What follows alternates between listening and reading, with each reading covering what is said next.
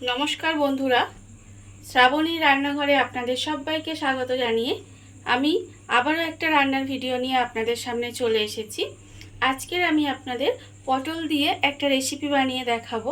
আশা করি আপনাদের ভালো লাগবে। তার জন্য কিন্তু আমার পুরো ভিডিওটা দেখতে হবে। তাহলে চলুন এই পটল দিয়ে আমি কি বানাই সেটা আপনারা একবার দেখে নিন। পটলের এই রেসিপিটি বানানোর জন্য প্রথমে আমি এখানে পটল নিয়ে নিয়েছি। আর পটলগুলো দেখুন দুদিকটা কিন্তু আমি কেটে নিয়েছি, মুখটা কেটে গাগুলো কিন্তু চেঁচে একটু পরিষ্কার করে নিয়েছি। এইবারে পটলগুলোকে এরকম একটা ছোট গ্রেটার নেব। গ্রেটারের মধ্যে আমি কিন্তু পটলগুলো প্রথমে গ্রেট করে নেব। ঠিক এইভাবে পটলগুলোকে আমায় গ্রেট করে নিতে হবে। দেখুন আপনাদের দেখাচ্ছি, এইভাবে কিন্তু পটলটা প্রথমে গ্রেট করে নেব। পটলটা আমার এখানে গ্রেট করা হয়ে গেছে। এবার আমি পটলটাকে সরিয়ে রেখে দেব। এবার আমি নিয়ে নেব একটা বাটি, আর বাটির মধ্যে দিয়ে দেব এখানে আমি মটর ডাল ভিজিয়ে রেখেছিলাম 2 ঘন্টার মতো। ভিজিয়ে আমি বেটে রেখেছি সেই মটর ডাল বাটাটা কিন্তু আমি এবার নিয়ে নেব। মটর ডাল বাটাটা আমি বাটির মধ্যে প্রথমে নিয়ে নিলাম। নিয়ে এবারে ডালটাকে খুব ভালোভাবে হাত দিয়ে একটু ফেনিয়ে নিতে হবে। ডালটা আমি এখানে ভালোভাবে ফেনিয়ে রেখে দিয়েছি। এইবারে আমি এর মধ্যে দিয়ে দেব যে পটলটা আমি এখানে গ্রেট করে রেখেছিলাম, সেই পটলটা কিন্তু আমি এর মধ্যে পুরোটা দিয়ে দেব। পটলটা আমি এখানে দিয়ে দিলাম। এইবারে আমি এর মধ্যে দিয়ে দেব নুন। এখানে আমি আন্দাজ মতো নুন দেব। আর দেব আমি এখানে হলুদ গুঁড়ো 1/4 চামচ মতো। দেব আমি লঙ্কার গুঁড়ো, এটা কাশ্মীরি লঙ্কার গুঁড়ো অল্প সামান্য একটু। আর আমি দেব ঝালের জন্য একটু লঙ্কা গুঁড়ো দেব। আপনারা কতটা ঝাল খাবেন সেটা বুঝে কিন্তু লঙ্কা গুঁড়োটা দেবেন। দিয়ে এবার এটা খুব ভালোভাবে মেখে নিতে হবে। সমস্ত উপকরণ আমি খুব ভালোভাবে মেখে নিয়েছি। আর অন্যদিকে কিন্তু গ্যাসটা অন করে একটা কড়া বসিয়ে দিয়েছি। কড়ার মধ্যে দিয়েছি আমি সর্ষের তেল। তেলটা আমার গরমও হয়ে গেছে। এইবারে আমি এর থেকে অল্প অল্প করে নেব, নিয়ে তেলের মধ্যে দিয়ে দেব। তেলের মধ্যে দিয়ে কিন্তু এটা আমার একটু লাল করে ভেজে নিতে হবে। আর এই সময় কিন্তু গ্যাসটা লোতে রেখে দেব, না হলে কিন্তু আমার ভাজাটা ওপর ওপর হয়ে যাবে আর ভিতরে কাঁচা থেকে যাবে। সেই জন্য গ্যাসটা লোতে দিয়ে আমাকে একটু লাল করে ভেজে নিতে হবে। বড়াগুলো আমার এখানে লাল করে ভাজা হয়ে গেছে। এইবারে আমি বড়াগুলোকে তুলে নেব। তুলে রেখে দেব। আর আবারও কিন্তু আমি ওই তেলের মধ্যে অল্প অল্প দিয়ে ভেজে নেব। দেখুন এইভাবে আমি অল্প অল্প দিয়ে ভেজে নিতে হবে। সমস্ত বড়াগুলো আমার এখানে ভাজা হয়ে গেছে। এইবারে আমি ওই তেলের মধ্যে দিয়ে দেব একটা তেজপাতা। আর আমি দিয়ে দেব অল্প একটু গোটা জিরে। তেজপাতা আর গোটা জিরেটা দিয়ে একটু ভাজা ভাজা মতো করে নিলাম। এইবারে আমি এর মধ্যে দিয়ে দেব আলু।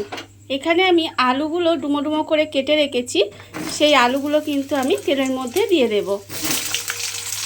আলুগুলো আমি তেলের মধ্যে দিয়ে দিয়েছি। এবারে আমি এর মধ্যে দিয়ে দেব অল্প একটু নুন, আর দেব আমি এতে অল্প একটু হলুদ দিয়ে এবারে আলুটাকে একটু লাল করে ভেজে নিতে হবে। আলুটা আমি যে সময় লাল করে ভাজছি সেই সময় কিন্তু আমি একটা মশলা রেডি করে নেব। আর মশলার মধ্যে আমি দিয়ে দেব এখানে একটা টমেটো, আর দেব আমি অল্প একটু আদা টুকরো করে রেখেছি, সেই আদাটা দিয়ে দিলাম। আর আমি দেব এর মধ্যে 4টে কাঁচা লঙ্কা। এবারে আমার সমস্ত কিছু দিয়ে একটা পেস্ট বানিয়ে নিতে হবে। মশলাটা কিন্তু আমার এখানে রেডি হয়ে গেছে। আর দেখুন আলুটাও কিন্তু এখানে লাল করে ভাজা হয়ে গেছে। এইবার এই মশলাটা আমি আলুর মধ্যে দিয়ে দেব, দিয়ে ভালোভাবে একটু কষে নিতে হবে। মশলাটা দিয়ে আমি একটু কষিয়ে নিয়েছি। এইবারে আমি এর মধ্যে দিয়ে দেব হাফ চামচ হলুদ গুঁড়ো, আর দেব আমি এখানে কাশ্মীরি লঙ্কার গুঁড়ো 1/4 চামচ মতো, আর আমি দেব এর মধ্যে জিরের গুঁড়ো হাফ চামচ। এখানে আমি আর কিন্তু লঙ্কা গুঁড়োটা দিলাম না, কারণ যেহেতু আমি এখানে কাঁচা লঙ্কাটা ব্যবহার করেছি, সেই জন্য আমি এখানে আর ঝালের জন্য গুঁড়ো লঙ্কা দিলাম না। আপনারা চাইলে কিন্তু গুঁড়ো লঙ্কা ব্যবহার করতে পারেন। এবারে আমি সমস্ত কিছু একটু ভালোভাবে আবারও কষিয়ে নেব। সমস্ত কিছু আমার এখানে ভালোভাবে কষানো হয়ে গেছে। এইবারে কিন্তু আমি এর মধ্যে দিয়ে দেব নুন। এখানে আমি আলুটা ভাজার সময় নুন দিয়েছিলাম, সেই জন্য আমি এখানে সেটা বুঝে কিন্তু আন্দাজ মতো একটু নুন দিলাম। আর আমি এর মধ্যে দেব অল্প একটু চিনি। যেহেতু এটা নিরামিষ রান্না, তাই একটু চিনি দিলে খেতে কিন্তু ভালো হবে, সেই জন্য এটা আমি অল্প একটু চিনিও দিলাম। দিয়ে আবারও কিন্তু সমস্ত কিছু খুব ভালোভাবে মিশিয়ে নিতে হবে। সমস্ত কিছু আমার এখানে ভালোভাবে মেশানো হয়ে গেছে, আর কষানোটাও কিন্তু ভালোভাবে হয়ে গেছে। দেখুন তেল ছেড়ে গেছে। এইবার আমি এর মধ্যে দিয়ে দেব জল।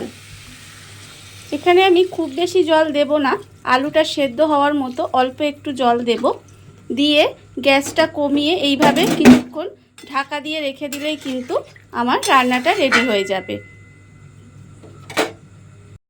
ঢাকা দিয়ে আমি বেশ কিছুক্ষণ রান্না করে নিয়েছিলাম। দেখুন আলুগুলো কিন্তু আমার খুব ভালোভাবে সেদ্ধ হয়ে গেছে।